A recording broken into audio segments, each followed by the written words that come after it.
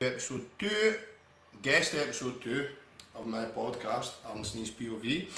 We are joined today by Dr. Dean St Mark, who has a PhD in organic chemistry, a background in drug design and pharmacology, and we are going to be discussing peptides and supplements for health performance around the age of 40. So, thank you very much for joining us, Dean, and can you give us a brief introduction about yourself, mate?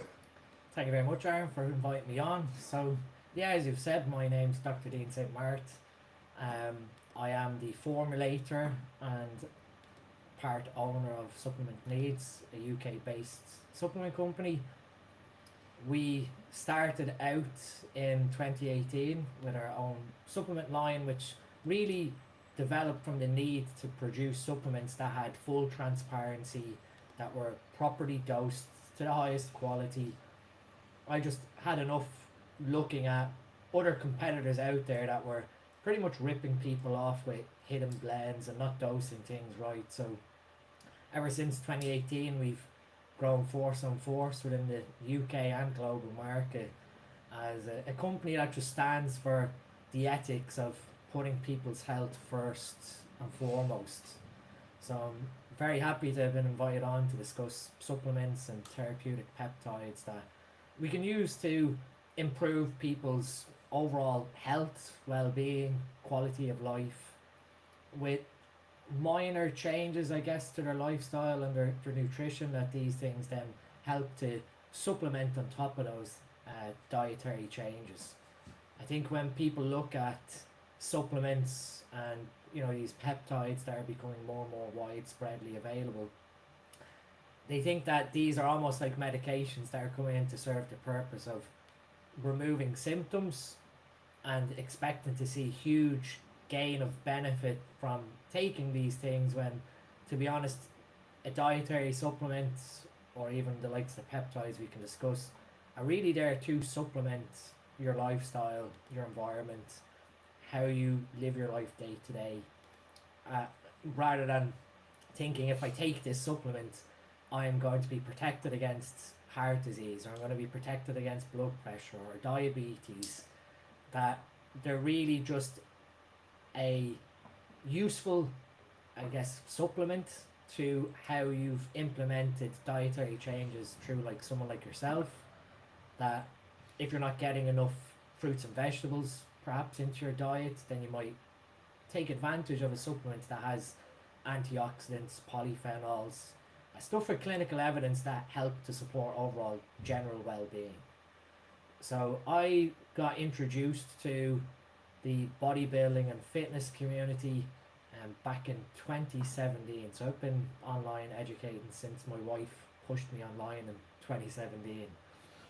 And before that, I was a kickboxer, a high-level goalkeeper, and as a consequence of a foot injury with kickboxing, I got very interested in bodybuilding. I was using bodybuilding to supplement strength gains for kickboxing, and with the injury, it just forced me to pick a new challenge or a new hobby to speak to get into. And it was just with entering into bodybuilding, obviously as a 20, 21 year old, you're a little naive to the world of bodybuilding in terms of natural and what is probably now becoming widely well known of the enhanced culture of bodybuilding as well. But at that age, you don't really see that enhanced side. You're a little naive. Well, back then, obviously, this was 15, 16 years ago, when there was no public social media. You had, strength and fitness magazines where everything was very taboo. And really you were forced to understand nutrition, how different supplements would work, whether it's creatine, electrolytes, amino acids. But as time went on, and obviously applying what I learned in my degree, you start to see the other side to bodybuilding, whether that is different performance enhancing compounds or drugs, if you want to call them. And of that, the peptides and other different types of supplements play into that performance enhancing aspect. So taking the sort of aspect of my education of developing drugs towards symptoms, I became very interested in like naturopathy or functional medicine, of asking the question, well, why do you have the problem? Like if someone has type 2 diabetes, why do they have type 2 diabetes? What's that? Is it genetic? Is it lifestyle induced in terms of eating too many carbohydrates? Is it medication induced? Are they taking stuff that has sped up the development of pancreatic insufficiency?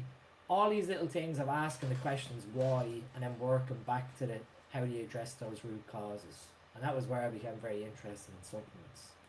So I'm an open book to where we go in the conversation, but it's always been important. That's kind of some of the stuff you mentioned yourself is very similar to my interests in the space, if you like.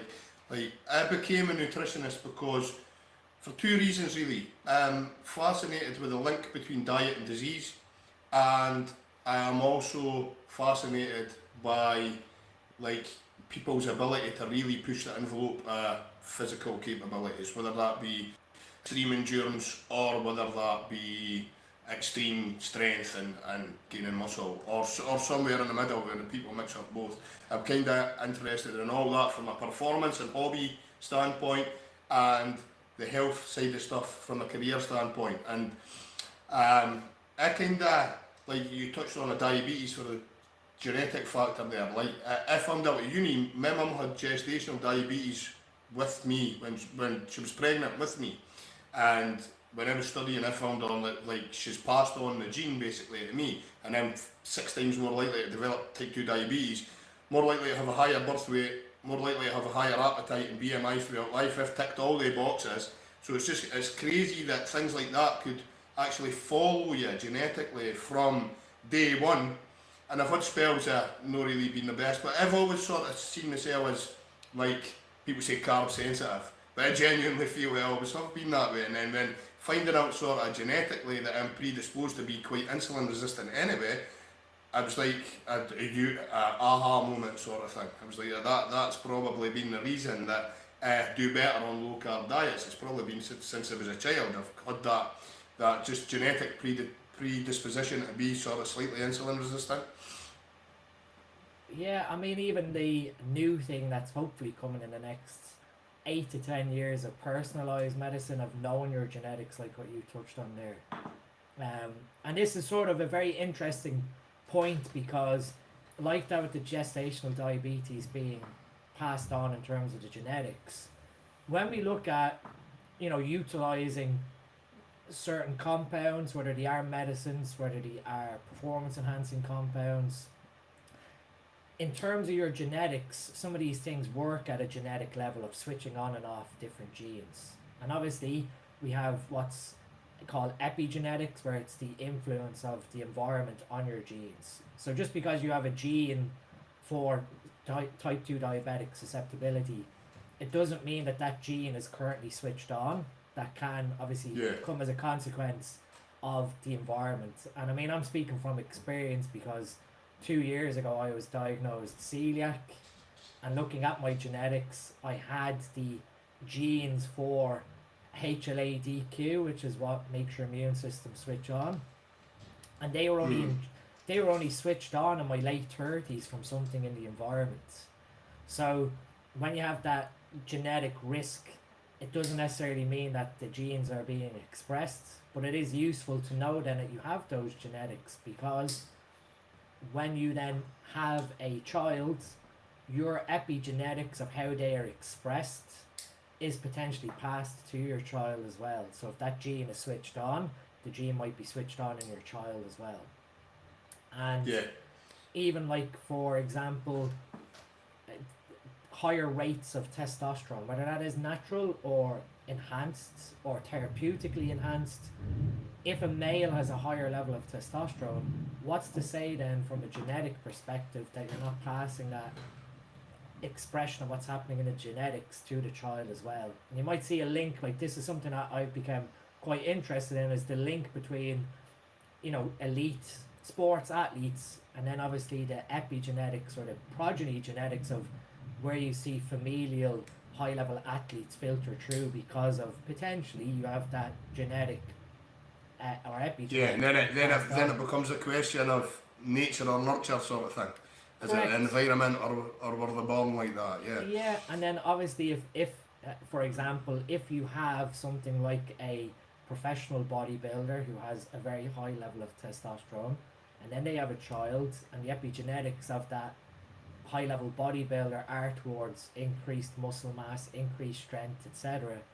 Well, is there a question there that naturally you've then passed these genes on to your child, and then that child has a kick start or a head start in life as a very athletic person, to speak again, based on the nurture, that if you nurture their strength, you nurture their skeletal growth, their muscle growth, that they've already been given a head start with their genetics being switched on, which is a whole fascinating thing to Yeah, yeah, stuff like that does fascinate me as well. See, like you mentioned your celiac. Do you think there's a possibility that could have been aggravated by maybe overuse of oats and stuff throughout your bodybuilding career? So I think Overuse of grains in general. what I think happened with me was I was exposed to toxic molds years ago. And toxic right. mold, if you have exposure to toxic mold and you have the HLA DQ genetics, you end up with the mold toxicity, and then as a consequence the mold toxicity can punch holes in your gut, so obviously you start making more zonulin, and then like you said there, probably exposure to high carbohydrates. So all my career of my bodybuilding career, to speak, I was eating relatively low gluten in terms of like rice, oats, corn based foods. But from like the age of 30, 31, I had bowel problems that I just could not put my finger on. And for a long time my wife was saying there is something wrong with your gut, and I just probably wrote it off as eating a lot of foods. I mean, at my peak I was eating 700, 800 grams of carbs per day, which was like 200, 250 grams of oats would have been a normal meal with the high fibre and everything else. You're just trying to question what's going on. And how it was caught with me was pure serendipity. I had a blood test done, and my total cholesterol came back at 9. And I looked at the results and I said to my wife, like, that has to be completely wrong. And she said to me, like, that is very strange. Like, I had no symptoms, nothing whatsoever. Went back, had another blood test, same results. And that's when I thought, okay, something's not right here, because my total cholesterol would normally never be any higher than 3.8 or even 4. So with the high cholesterol, and of that cholesterol being all LDL and triglycerides, eventually we worked our way down to doing a celiac test, the transglutaminase IgA test. And sure enough, the antibodies were sky high. And what had happened was, in the past, whenever I had blood work done, because I rarely ate gluten, you wouldn't catch it on a blood test, that inflammatory response. Right. And by chance, when I had my blood work done when my cholesterol was very high, I had been eating a lot of bread and eggs, with being ill with a flu prior to that blood test. And so all the bread consumption had triggered off the response internally at the liver. But then it all made sense in hindsight when you go backwards, and you're like, oh, there's periods where I always felt very, very tired, both mentally and physically. I had brain fog, all these things that you're really just pushing to the side and ignoring, and then you get your aha moment of, okay, this all makes sense now. And like that, maybe cheap meals of pizza and burger and chips or whatever, and then you're like floored for 2 days. So that's what happened when I when I competed in 2022. For the second last time, I retired after 2022, and then I went back last year to compete. In 2022, I was gluten free for pretty much all my prep. It was all rice based foods. And then when it came to carbing up for like my first sort of test show that season, we put in Rice Krispies, Cocoa Pops, and some bagels. And I swear my stomach swelled out to the size of a big giant watermelon. The gas production, the pain. And at the time, again, we just thought it was post-viral IBS. We had one of the notorious bugs that goes around when you have kids. We all got affected with it. And quite often, if you get gastroenteritis, you're going to be very sensitive to sugar with post-viral IBS. So I just put it down to that excruciating agony for like 24 hours. I just went back to eating rice for the next meals of carving up, and then sure enough, everything died down.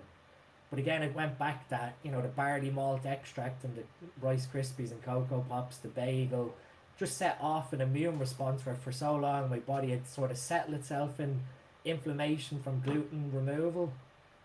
And then when we had the actual diagnosis, I'd been gluten free again for 16 weeks and had a trace exposure from a meal we had out. And again, I was in agony for 3 days after that. And a funny thing when you mentioned, I was going to say about oats. When I was diagnosed celiac, I had a bit of naivety again surrounding grains and prolamins and the gluten particles within different grains. And I had a good friend who is celiac. She said to me, you know, oats, you won't ever be able to eat oats because they have a venin, and a venin cross reacts like gluten and wheat. And I was sort of writing her off, like, yeah, I don't think so. I'm going to keep eating oats, gluten-free oats, which is a complete misnomer if you're listening to the podcast, because gluten-free oats means there's no contamination with wheat. They still have gluten in them. And for a period of time, my bowel, it was pretty much fully recovered, but I had the odd time where it wasn't right. And it was only when I eliminated oats and oat milk completely that everything went to perfect, perfect bowel health. That it's funny when people like think they're eating healthily surrounding oats, and then they don't realize that if there is some gut problems, that some of that venin can get into the bloodstream and trigger off inflammation. Yeah, I think I have issues with oats as well. I don't really eat any oats at all now, but years ago, I've never been able to make oats with water or oats with just whey. It's got to have a milk product in it. If I make it with just water, I get vicious indigestion, so I eventually just stopped eating them. But like what you're saying about the celiac, I don't think people realise that the acronym is BRAW. So the things you've got to avoid is barley, rice, oats and wheat. Whereas a lot of people, unless they're diagnosed and unless they've had the information, they'll just avoid wheat and think it's bread and pasta, when there's so many others, and cross-contamination, like you mentioned as well. Like, it's meant to be a painful thing too when it starts, is it? Yeah, I mean so the competing one, I put a video of it on my Instagram story when it happened during that prep, and people were like, wow, that looks painful. The second time when I had the exposure, I was in bed for 2 days, and because I'd been strict gluten free for so long, I mean not even trace gluten after the diagnosis. The best way I could describe it is like sheets of sandpaper running along your gut, and the lethargy. I just stayed in bed for 2 days. I was completely wrote off that. Now, like, I remember when I got the diagnosis, I had said to my wife, I don't want to be one of these people that's in a restaurant going like, oh, is this in it, and is this in it, and is this in it? And after that exposure, you know, you're sort of trying to not be a burden when you go out to eat, but then you're thinking, like, if I get a trace exposure, you know, even minute, you're going to be in agony for days, that you end up having to be this awkward guy that's like, you know, I can't have this, and this, can you make sure that, or within reason, please make sure there's no contamination. Yeah, you probably ended up with a heightened immune response as well, because you'd eliminated it for so long as well, So when you did get that slight exposure, whereas before you would be exposing yourself more often, so it wouldn't be as severe, and that's probably been like, no, you cannot eat this. And that was why then when I cut out the oats, this was like summer 2023, so I was diagnosed March 23. Summer 2023 was when I sort of said, right, I need to probably fix my gut in terms of, there's clearly gut inflammation, leaky gut. When I looked at my blood work, I could see that aspect that, you know, for so long you're looking at it and you're going, it's telling me hints, but it's only when you start lining everything up that you go, okay, now I have a very good understanding that the gut isn't happy with me. And that was where, back in like 2010, 2011, as a student during my PhD, I got very interested in the synthesis of peptides, all the different peptide research that was coming out. like mainstream online. I mean, peptides have been around for 20, 30 years before that. It was just they were becoming a lot more mainstream. The internet and online forums at that point and social media, that I took a good interest to go back and look at therapeutic peptides that might be useful for healing my guts. And that was where I looked into oral BPC 157, which again is a big mainstream thing that everyone seems to be being exposed to online, where it's ads, influencers, or whatever else. And then the other peptide that was useful was lorazepatide, which another good friend of mine, Mark, basically made me aware about the research on it because I'd never heard of it. And I've never heard of that either. when I started looking at it, it was basically trialed in phase 2 clinical trials and human clinical trials for helping with reducing celiac disease. And what was funny was Right. the progression of the phase 2 trial to phase 3 was halted because although the data showed that the gut healed and improved itself in the human subjects that took it, because they didn't pass a gluten challenge test, the researchers deemed it useless. So basically they wanted a drug that would allow you to eat gluten without response. But that's just not going to happen. And exactly. So I mean, this compound, which I've seen personally great benefit from, but reducing that intestinal permeability, the closure of the gut junctions, was just not progressed to phase 3 because the end point was a little bit, in my view, ridiculous, that you were looking for a compound. Yeah, that does sound a bit, because surely if it's healing the gut, anybody that is celiac should know that they have to avoid gluten, but their gut's damaged from gluten intake, so surely fixing the gut is fixing the problem. That is a bit mad, is it?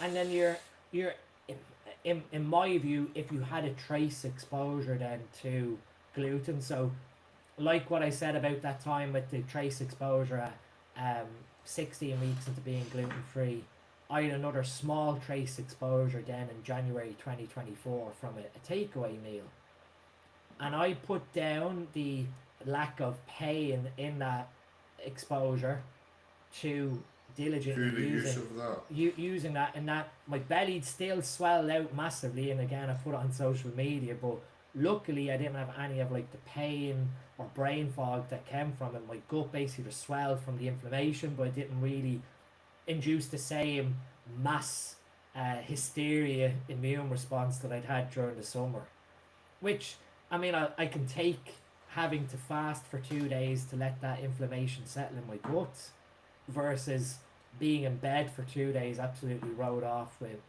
stomach pains and sandpaper feeling. So it just goes to show that when we have these like compounds available, they're in clinical use, that the endpoint for reaching the public, to speak, can be quite far off what would be deemed useful against a perfect clinical outcome. Yeah. That's take this drug and you can eat gluten forever, which is never going to happen.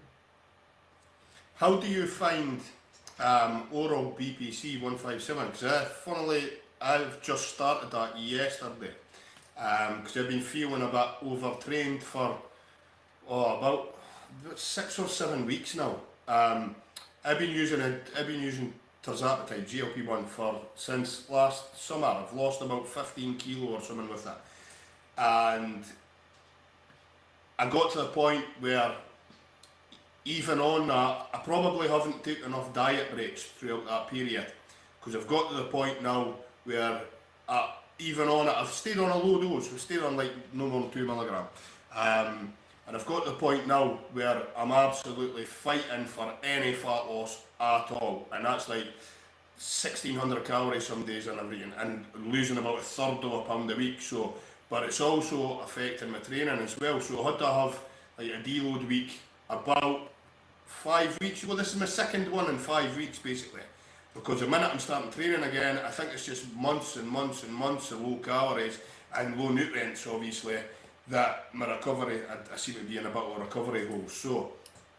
I've noticed that my elbows feel a bit tendinitis, and this shoulder does. I've got a long injury that I done MMA years and years and years ago. That's how I had to give up martial arts. I've got 2 bulging discs in my neck, so when I start to get tired and run down, it's like the nerves sort of re-inflame again. So I just feel a bit beat up. So I started it yesterday just while I'm deloading, just to try and help sort of repair that elbow and things. But how effective do you find it orally? I've ran it once for 2 weeks in the same scenario, just as to help sort of recover from a deload. But what's your thoughts on it?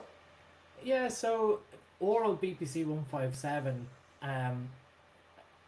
there used to be a myth that it was useless. And then you only had to look at the animal research of BPC 157, and they gave it to rats in drinking water.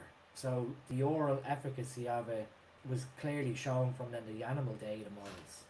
I think where people looked at like injectable BPC 157, when you inject something that's water based, which is what most peptides are, they'll diffuse into circulation, so they'll rapidly move through your tissues into your bloodstream, and it goes all over your body. Whereas if you orally ingest BPC in a capsule, it targets your gut first, and then it's absorbed into your bloodstream from the gut. We make BPC 157 naturally within our stomach, so it's derived from stomach acids or stomach juices. Yeah. And we produce it in our stomach to offset ulcers forming from the harsh acidity of our stomach. So we produce BPC 157, stimulates blood vessel growth to our stomach to keep repairing our stomach lining.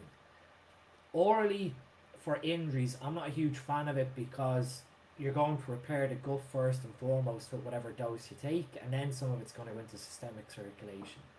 That's not to say it hasn't got efficacy for total body injuries in terms like tendons and ligaments, but it's just having to go through the stomach to the intestine and then into the bloodstream, whereas when it's an aqueous solution injected, it goes straight into your bloodstream and systemically distributed. But it can be a useful thing, like you've probably seen, and how it really works is it increases blood flow or blood vessel creation, angiogenesis, and then it also helps your body to produce more growth hormone receptors, which then helps you to repair tissues like tendons and ligaments that have poor blood flow already, to bring more nutrients to repair them. Yeah, so that was kind of my thought on it as well, that when taken orally it does first and foremost repair the gut, and then you just get a spillover. But that was just the easiest thing for me to pick up yesterday when I was feeling a bit, well, I've been feeling a bit like that for weeks, but it just popped into my head yesterday. I'll just go and grab it. But like as I say, it's no something that... No, I was going to say, I've taken a big interest then in sort of like when we have fat loss stalling, like what you've seen there. What I became really interested in over the last like 15 months is the mitochondria, and how the mitochondria play into how we lose fats, how we produce energy, how we produce our neurotransmitters for our brain health. That when we start to see issues of like stubborn fat loss, where our fat loss rate is slowing down, like with like functional medicine or naturopathy, you ask like, well, what's going on? And like fat loss is simple thermodynamics, like calories in, calories out, but we've sort of created that calories in, calories out methodology as a simple way to understand the process, that if you don't take in as much energy as required, you produce that energy. But that energy, when you work your way down to like a biochemical level, is electrons from the breaking down of carbon, hydrogen and oxygen, and nitrogen with protein. But those electrons are then what feed into the mitochondria to produce ATP. So if we have an issue where our energy balance is off, this is sort of where when people are arguing that it is about calories in versus calories out, that in theory, yes, but you can't expect someone to go below like 1,000 calories if they're like a 90 kilogram male and train intensely and everything else, have a good sex life, good cognition, work performance, etc. That you then start questioning, well, if I'm not losing weight and everything hormonally is relatively okay in terms of testosterone, thyroid hormone, gut health to speak, is there an issue with the mitochondria where there's high levels of oxidative stress, so the mitochondria aren't working as efficiently as possible? Are they having a deficit in thyroid hormone like exposure or testosterone production, because the mitochondria are what make your testosterone in your testicle and adrenal gland? And do you have nutrient issues where you don't have enough carnitine to help transport fats into the mitochondria?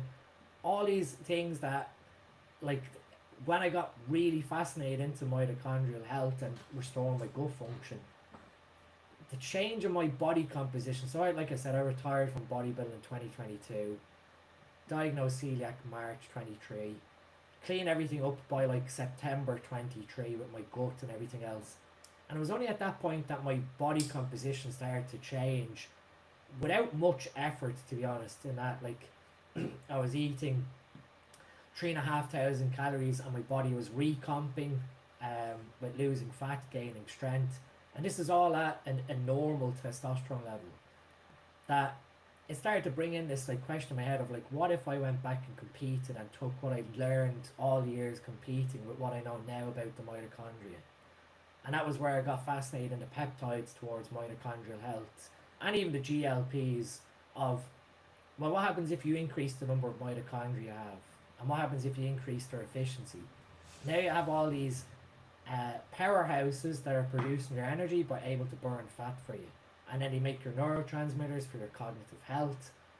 Last year's bodybuilding prep, if I was to even call it that, I ended up dieting that whole prep on no lower than 3,500 calories. I would be a water buffalo on that. Like, I've always had a stubborn metabolism, and as I say, when I read that at uni about my mum passing on the diabetic gene, I was like, that makes so much sense, because any time I've been really lean in the past, I've had that really suffer. But this might be an interesting conversation. This might actually help me a lot, because I might ask you. So what's happened with me is, last year, well, at the tail end of the last year of my undergrad, obviously I'm a mature student, I'm like 40, so I was 40 at the time, sorry. So that was the last year of my undergrad. I was up early, PTing in the morning, then I was trying to get to uni during the day. I've obviously got a family, wife, kids, whatever, and then I was out late again at night, and I was that stressed in my last year that I thought, I'm not going to manage all this. So I've got a few coping mechanisms when it comes to stress. Overeat on the wrong things. I'm a bit too partial to alcohol from time to time. Again, normally when I'm stressed I'll do that, but I also like to really train. I like to run for miles. And so I was training to the point where I wasn't recovering. I was eating terrible because I was always on the move. I was drinking probably more than I should have been because I was constantly stressed, and I somehow still managed to get through it all, but my body composition was terrible. I was like big, chunky, but I was far too much body fat, huge amounts of body fat. So we were on holiday, was it last summer, and I actually broke out in psoriasis. And obviously knowing what I know about nutrition and things, I thought, right, there's something obviously going on with my blood glucose or my gut or whatever. So when I got home, took my blood glucose, my fasting blood glucose, and it was high, it was really high. So I decided then, I thought, right, I'm going to use a GLP-1, try and get my weight down as much as possible. And I worked a treat up until about January. From summer to January with sort of intermittent diet breaks, but as I say, I've always had a stubborn metabolism anyway, so I automatically used it to take in extremely low calories. I got to the point where I was like, right, every time I was dipping into a calorie, like that low calories, I was going to push lower and lower and lower to get any fat loss. So then that meant my recovery was like plummeting, my training was plummeting. So I've kind of been in this, since January, been in this cycle of getting a few good weeks training under my belt, crashing and burning. A few weeks good training under my belt, crashing and burning. So it was just the other week that I thought, right, I moved back to maintenance.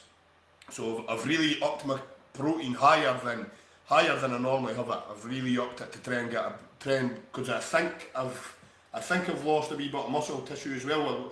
I must have done with a low calorie diet, and so the aim is now to try and get my metabolism moving again and regain a bit of tissue before I go back and try and get rid of the rest of it. But it's weird the way, like, when it comes to diet and the psychology follows you, because any time in the past I've had to really suffer, but when you use a GLP-1, it takes that suffering away and it makes it effortless. Yeah. Until I got to the point where it's just like, it's still effortless to diet, but as you said, my recovery, I wasn't able to train hard, and I'm getting a couple of weeks training and I'm crashing and burning. So I'm constantly trying to fight that fatigue for next to no weight loss. So I'm now thinking about, right, what could I do next? What could I do at this point to get my metabolism moving, get some recomp on the go, and basically still improve my body composition, still keep the fat stores coming down, whilst sort of regaining some muscle and getting my metabolism moving. So what was your approach to that? I completely think that's what happened there. Is your mitochondria are screaming at you. So, like, when I look back at my during my 20s, during, like, I wouldn't say the height of my bodybuilding career, but when I was competing every year after year in my, like, mid to late 20s, yeah, it wasn't uncommon that I'd have to get down to low calories to get, like, insanely, like, sub 4% body fat. And then last year when I started looking at the mitochondria, looking back historically, I was doing everything as worse as possible to make them scream at me that we are having to try and keep you alive, so I'm not too focused on burning body fat. And so when you start thinking about how the dynamics of fat loss occurring in the mitochondria's role, when you start to see fat loss slow down, they're basically, your mitochondria make your energy, and they do that by burning glucose and fatty acids.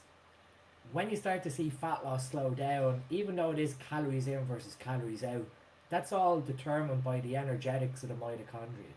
So when you get to that point and you're having to push calories really low when it makes no sense, they've gotten to the point where they're basically stressed and they're telling you, we can't do what you're asking us to do.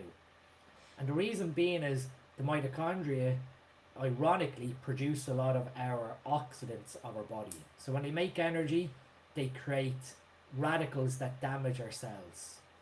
And then we use antioxidants to put out those fires that the mitochondria make. So if we're overtraining, we're not getting in enough nutrients. So the mitochondria love magnesium. So if we're not getting in enough magnesium to help them function properly, your production of ATP diminishes. And again, the less energy then that you're manufacturing, the less intense you can train, or the less activity you want to do, because your brain starts suffering from that. Like, when I pieced that all together last year, 2022 was the first time I had a coach, Aaron Casey, for my training. And Aaron put the thought in my head to stop at 1 rep in reserve, or even 2 reps in reserve during that prep. And I remember saying to him, I would go way out of it, that this isn't going to work. I was all into, high intensity exercise, drop sets, beat the logbook, grinding out like those extra reps. And he explained to me, when you do that, you're only putting more stress on your nervous system, and then your nervous system needs the extra nutrition to recover, or your sleep suffers, and then you want to overeat based on that lack of recovery. When he changed my training to that, I thought, why all throughout my 20s was I obsessed with training to, like, maximum failure? So when I went into last year's prep, I done the whole thing of 1 rep in reserve training. And that again was served of, you're just doing enough work in the gym to stimulate the muscle mass. So you're still lifting intensity, but you're never going near that rep where you're having to grind it out. So for the whole bodybuilding prep, or fat loss phase, you want to call it, my strength stayed pretty much plateaued, and that I held on to my strength all throughout that prep. Which meant I held on to the muscle mass, which has its own metabolic capabilities to help you burn calories at rest because of your increased metabolic rate. And then just giving the mitochondria a bit of nurturing with certain peptides. So there's a well-known one called MOTS-C, and it's a mitochondrial open reading frame, which basically is a section of mitochondrial RNA that tells your body to produce more mitochondria. and then it makes your mitochondria more efficient at utilizing glucose. So it's been investigated as a diabetic treatment, type 2 diabetic treatment. So if you're now able to make more mitochondria in your body, this is where it becomes a double-edged sword in that if you increase the number of mitochondria in your body, you're able to make more energy in theory. But the more factories you make, the more pollution in theory that can come with it. So now you have to have free radicals, yeah. Exactly. So you have to have a robust system in that you're monitoring like your antioxidant intake, whether it's nutrition, supplements, and that you're in a relatively low stress environment. Once that happens and you have the mitochondria on your side making energy, you're keeping your body that free radical production isn't damaging your body, then you can start doing other things of, well, now I've increased the number of mitochondria that I have, how can I make them more efficient in terms of like the electron usage? How can I get them to spin more electrons through to pump out more ATP? And as like far-fetched science as it is, like last year I done all the documentation of the prep showing this is what I've done, these are the certain peptides that I considered for my own personal use, and gave the education on, well, I understand my daily nutrition, my antioxidant intake, my blood work, all the markers of oxidative stress, that with obviously the risk of increasing the mitochondria, if all those risks are, from my perspective, mitigated, all you're going to see is benefits of higher energy production, higher rates of lipolysis, and allowing you to eat more food because you're feeding the mitochondria more nutrients to produce energy. That by building up my calories, like what you're probably going to do now in terms of metabolism. Yeah, that's what we embark on anyway. That's it, because I spend so much time after fixing my gut and optimizing the mitochondria at a high calorie level, so I got my calories up to about 4,000. When I went from 4,000 down to 3,500, that was a shift in energy balance that my body had in theory gotten used to as a set point, and that was in theory a deficit. And all I had to do was standardize my daily activity, so I done 20 minutes cardio in the morning and 10,000 steps per day, so that stayed standard. I only trained 4 days per week. I took 3 full rest days, so I gave those rest days towards recovery, whether it was active walks, stretching, massage, sauna, all these different recovery modalities to help offload some of the bodily stress of training. And like there's pictures of me down at 4% body fat with what like is considered the gold standard of conditioning bodybuilding, like striated glute muscles, straight lower back with Christmas tree or whatever, still eating that high level of calories of 3,500. And even if that, every couple of days I went back to, again, I had a nutrition coach, Callum Raystrick. I just handed everything back to him from an accountability perspective, and from his point of view, every 4 days based on how I was training, he was actually giving me maintenance refeeds back up to 4,500 calories of like baseline 350 to 380 carbs up to 500 600 refeeds. And that was because of how you were needing it. Yeah, how efficient my metabolism was, and that energy balance and glycogen synthesis and everything else. That now I'm starting to see that when we have these issues of stubborn fat loss, yeah, in theory there's a lot of things that can play into it. Like if the person is psychologically sound in that they are being very truthful, that they're not overeating and cheating, which is a whole other avenue, and they're being strict in their accountability of what they are actually eating, well then you have to take a step back, like I said, of that calories in, calories out model is still sound, but at the very core level it's the mitochondria. And if they're not burning fatty acids for energy, well then you have to figure out what's the insult that's making them not happy. Is it that you're not eating enough like micronutrients like magnesium? Is it that you're not sleeping well enough? So again, they're put under stress with lack of rest, lack of growth hormone production, lack of cholesterol, which is what they use to make your hormones, or lack of nutrients for your neurotransmitters. Like what you said about being, really interested in the link between like nutrition and disease. In the published medical literature, or even the scientific literature as a whole, they're now starting to move into a lot of disease being driven by mitochondrial dysfunction. Yeah. So if you've got Mitochondrial dysfunction, yeah. if you've got heart disease or high blood pressure, kidney disease, in theory is it that the mitochondria become dysfunctional, creating oxidative stress, and then that spilled over into the organ systems. That if we can keep these little guys happy, we can keep up with the fires they're making to make our energy. There's a lot of benefits to be gained from keeping those guys relatively happy. That I think what I hope to see in the next 3 to 4 years is those who like bashed calories in, calories out, that on one side thermodynamics is correct, but you then have to then view that our system is quite complex and it's not just a calories. Yeah, that's how. I've always thought that when people bang the calorie drum, I'm like, yeah, it's true, but only to a point. Like, I've been working with a few people just now. Women are really bad for that, not being able to get through their head that they need to bump their calories up. And I'm working with a few people just now using GLP-1s, and I'm like, that's great, you can take your calories that low, but it won't work forever. At some point, you're going to need to learn how to maintain and start feeding your body and nourishing it. You can't just go there calorie wise and stay there forever without you finding some negative consequences along the way, i.e. sleep, recovery, whatever. All the things there that you mentioned were affected, have been affected the past few weeks with me. My sleep's not been great. It has been the past few nights actually, it's been back better, but my sleep's not been great.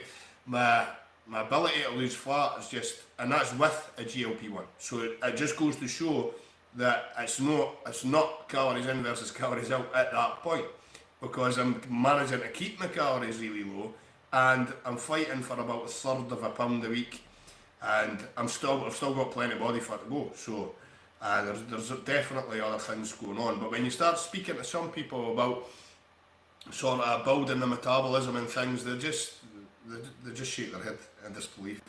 Yeah, I mean, even then, it come like with your sleep, it could be something as simple, like I said, with magnesium deficiency. You use magnesium obviously for energy production at the mitochondria, but you also use magnesium to metabolize estrogen and to metabolize dopamine. So when you don't have enough magnesium in your system, your sleep is going to be interrupted because of you have this adrenaline or dopamine response occurring.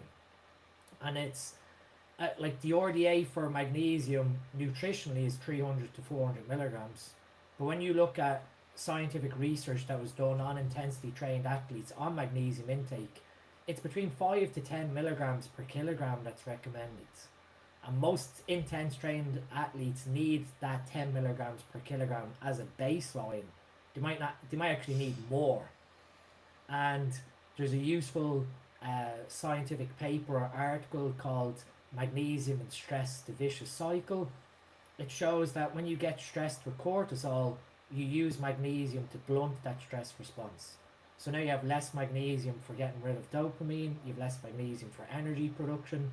It's just this knock-on cascade that, yeah, like you said, you can explain to someone that the thermodynamics balance still matters, but then if you're not getting enough magnesium into your nutrition, you might champion that you're able to eat 500 calories. But perhaps, what if you ate your 500 calories and you took in supplemental magnesium? If it has to be a supplement instead of food, in theory, so be it. But now you're giving the body the substrates or the micronutrients that it's looking for to help your internal biology. That I'm open, like in the next 3 to 4 years, like what we've seen now with a slow, steady moving approach with GLPs being introduced mainstream, that people start thinking about the underlying biochemistry than just the top surface level of, oh, I just don't eat and I lose fat. And that, the semaglutides clinical trials for fat loss clearly proved that on one side, yeah, if you blunt people's appetites, they'll lose up to 60% of their body weight over 2 years. But the scary reality is, unless they understand those habits and routines and how to maintain the nutrition, maintain mental control of their appetite, whether that is gut health, genetics, psychologically induced from childhood, etc., or it can be interior, what they're trying to look at again, epigenetics, where you influence your appetite from your epigenetics, inherited from your parents through generations. Unless you have that understanding of limiting the food intake after you take the GLP away and that its effect on your brain for satiety or feeling full, in those semaglutide trials, we've seen 60% or 2/3 of the participants regain pretty much close to 2/3 of the body weight again that they'd lost. And Right, I've actually put out videos about that on my Instagram, like the step trials, the semaglutide trials. The lifestyle intervention was very, very basic, and if none of these things, they're great tools, but without the lifestyle factors being dialed in, as you say, then they're not going to work when you remove them. So, like, I've also said to people as well that I genuinely think calorie counting is the worst way to go when you're using a GLP-1, because people aren't overweight for overeating nutritious food. They're overweight because they overindulge in hyperpalatable, like ultra processed food, whatever you want to call it. But they've got an issue with overindulging. So if they use a GLP-1 and just are still indulging but just on a smaller scale, they're not really teaching themselves anything or feeding their body at a cellular level the way you're describing it as well. They're kind of just using it to bring the calories down, and then when they remove it, they'll just start eating in larger portions again, and it'll just be the same old vicious cycle.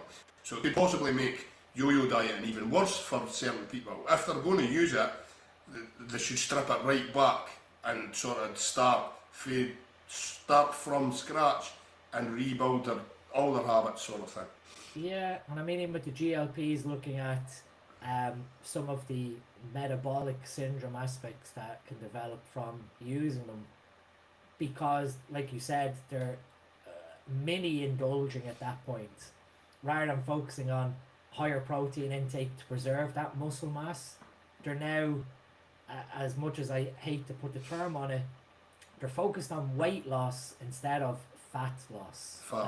And weight loss is a horrible term, because weight loss just means you just lose a number on the scale, which is the influence of your body on with gravity, basically. So your body mass with gravity. That like losing weight to speak doesn't really change things more favorably for your long-term health or for your longevity or your day-to-day function of your body.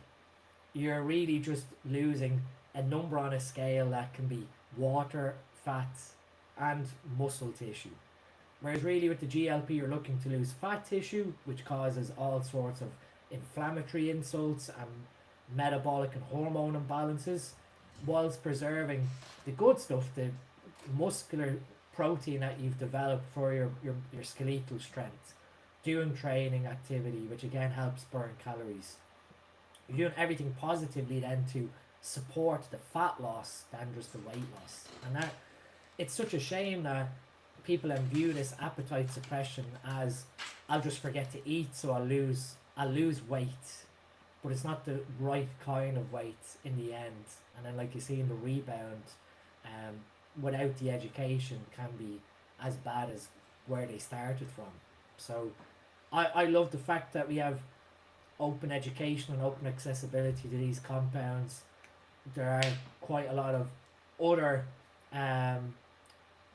generational compounds now that are coming, where they're adding more and more peptides to these large fractionated protein drugs, like semaglutide, tirzepatide, retatrutide.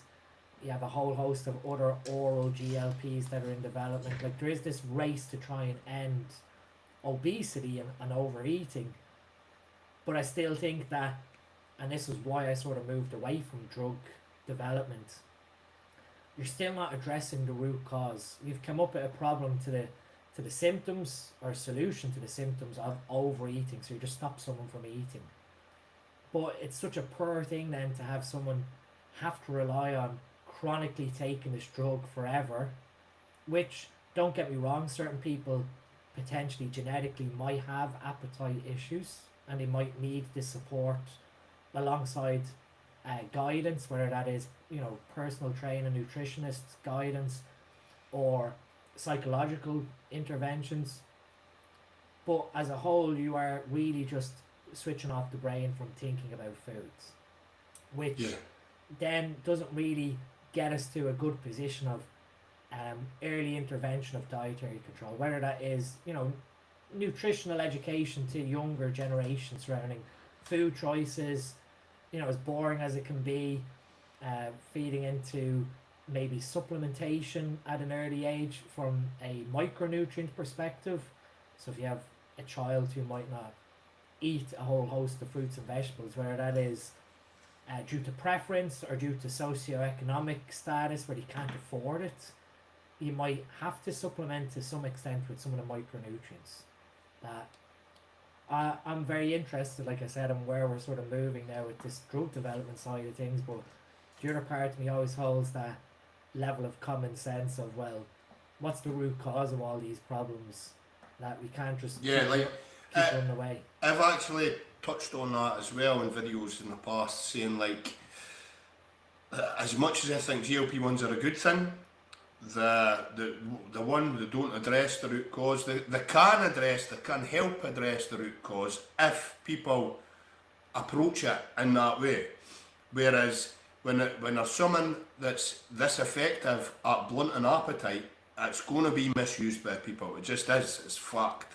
People are going to use it for dropping weight quickly for the beach or whatever.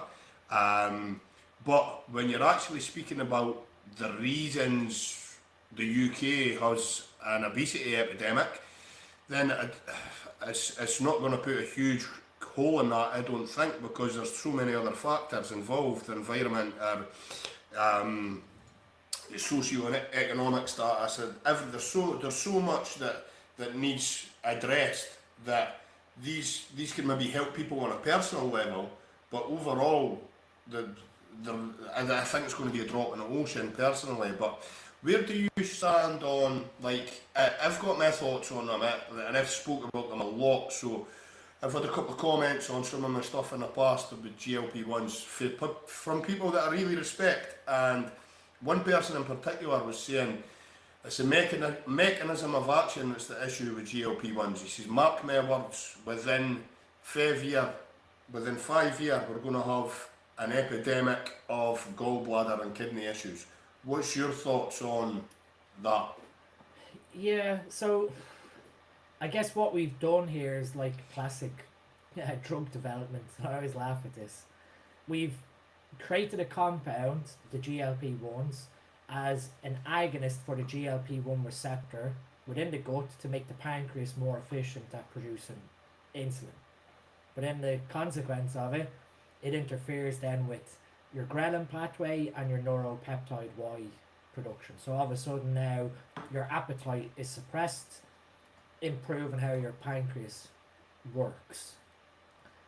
But alongside that then you have then effects back onto the stomach and the small intestine and the large intestine, to put it that way, with gastroparesis, so the movement or the initiation of how the stomach contracts itself to churn food, slows down. The release of foods from the sphincter into the small intestine slows down as well. So the way I try and explain digestion of your stomach is that you've got a dripping tap from your stomach into the small intestine. It's just dripping digested food and gastric juices down into the small intestine, and obviously then it gets brought down the pathway for absorption. If everything slows down there, then it has a knock-on effect back onto the gallbladder, which then is trying to help the liver with fat digestion. That there are a lot of people that are putting caution on these things feedback that you might see slowing of bile release, which then potentially could lead to bile crystals forming or gallstones from forming in the gallbladder, which then puts pressure onto the main bile ducts and then also onto the phrenic nerve in your shoulder. I don't have much of an opinion just yet on it because I haven't seen a lot of safety data just yet to say that it's something that can be coming, but like the thyroid toxicity risk that's potentially there from these GLPs interacting at the thyroid from a cancer perspective, I wouldn't discredit that this is something that is coming either. Like with the GLPs, we've developed them for type 2 diabetes, and just like Viagra as a male drug, it was designed to be a blood pressure medication. Same with minoxidil for hair regrowth, that was a blood pressure medication originally. We repurpose these drugs based on what we observe in their effects. And yeah, so, it was just that when I've looked into the history, it's just that it was just a nice little side effect, was it? The appetite blunting. So now there's a myth on TikTok as well, which I've looked into, but it says that the starting medical dose is 2.5 milligram, but not to expect too much glycemic control until you hit 5 milligrams. So that is directions for diabetic populations. As directions for diabetics. So now there's a myth on TikTok of people saying you can't lose weight on 2.5.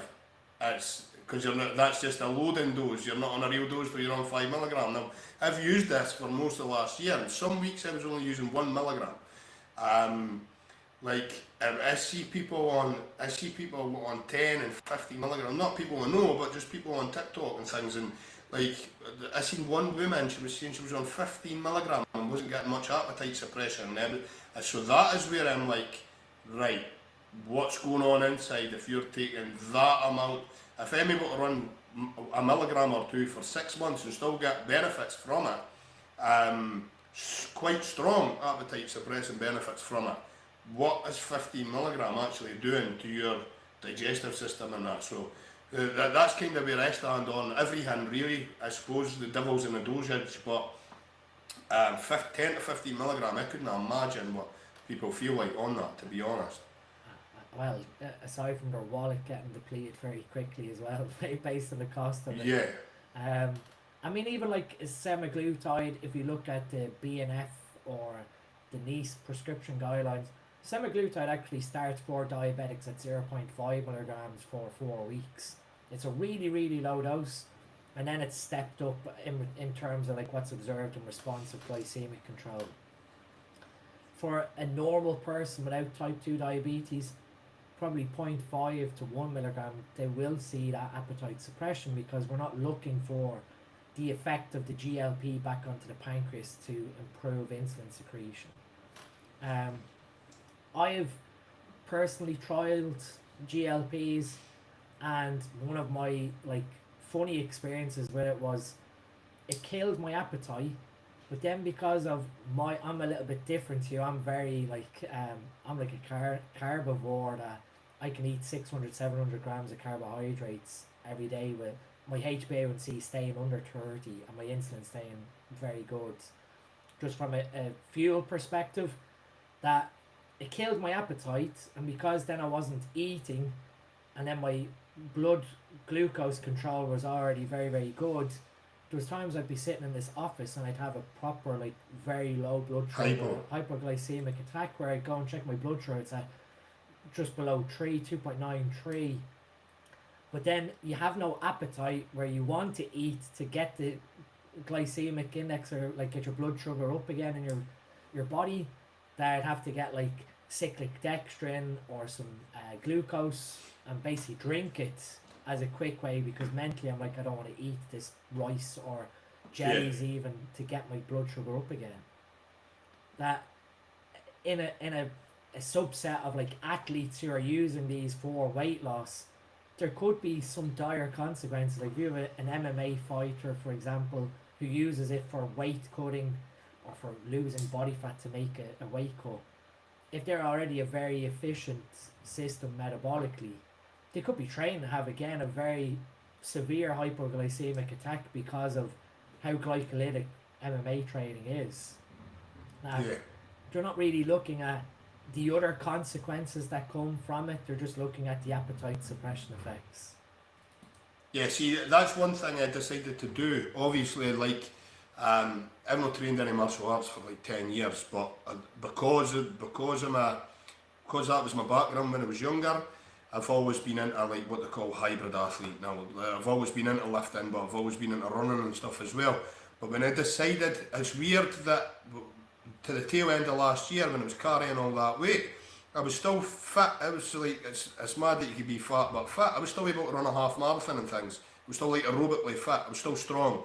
There was obviously stuff going on when I broke out in psoriasis and things. And I wasn't really comfy that heavy anyway, but so when I decided to use it, I pulled all that from my training. And I've just basically been lifting and walking since, because I knew if I was trying to do all that type of stuff, then I would have hit this wall that I've hit. I would have hit it a lot quicker and a lot faster, because of the energy demands you put on yourself. So the energy demands you put on yourself, you obviously need to feed. But I've always had a stubborn body. Like even last year, being able to go and run half marathons and stuff, and just not an ounce of fat would come off me. Just really, I've always been like that, really stubborn. So when I started using it, I found the opposite from you. Me, normally, I'll go a bit hypo anyway, and I don't know if this is a genetic thing or just, I don't know, this maybe is genetic, but if I miss meals or start doing maybe playing about the intermittent fasting or whatever, I'll go hypo quite easily. But when I started using tirzepatide, I was able to fast. I was able to just move meals. I was able to no eat, and I wasn't getting that roller coaster. I wasn't getting the hypos, the highs and lows of blood glucose at all. I was able to transition to a low carb diet pretty much like that. Whereas all these things in the past, appetite regulation, and it is it is when you read the sort of the gene getting passed on from type 2 diabetes. That's what I've said to my mum. It's your fault. It's all sort of consequences of that. Really, I've always had a really high appetite, always had a high BMI for my height, always really struggled to get lean. I've been lean, but I've really struggled. And when I started using that, it's like it just balanced everything out. But as you say, the calories in, calories out model only takes you so far. So, and I knew that anyway. I knew I was gonna hit the wall with it eventually. But I had something else on my mind there in terms of GLP-1. I can't remember. It's gone.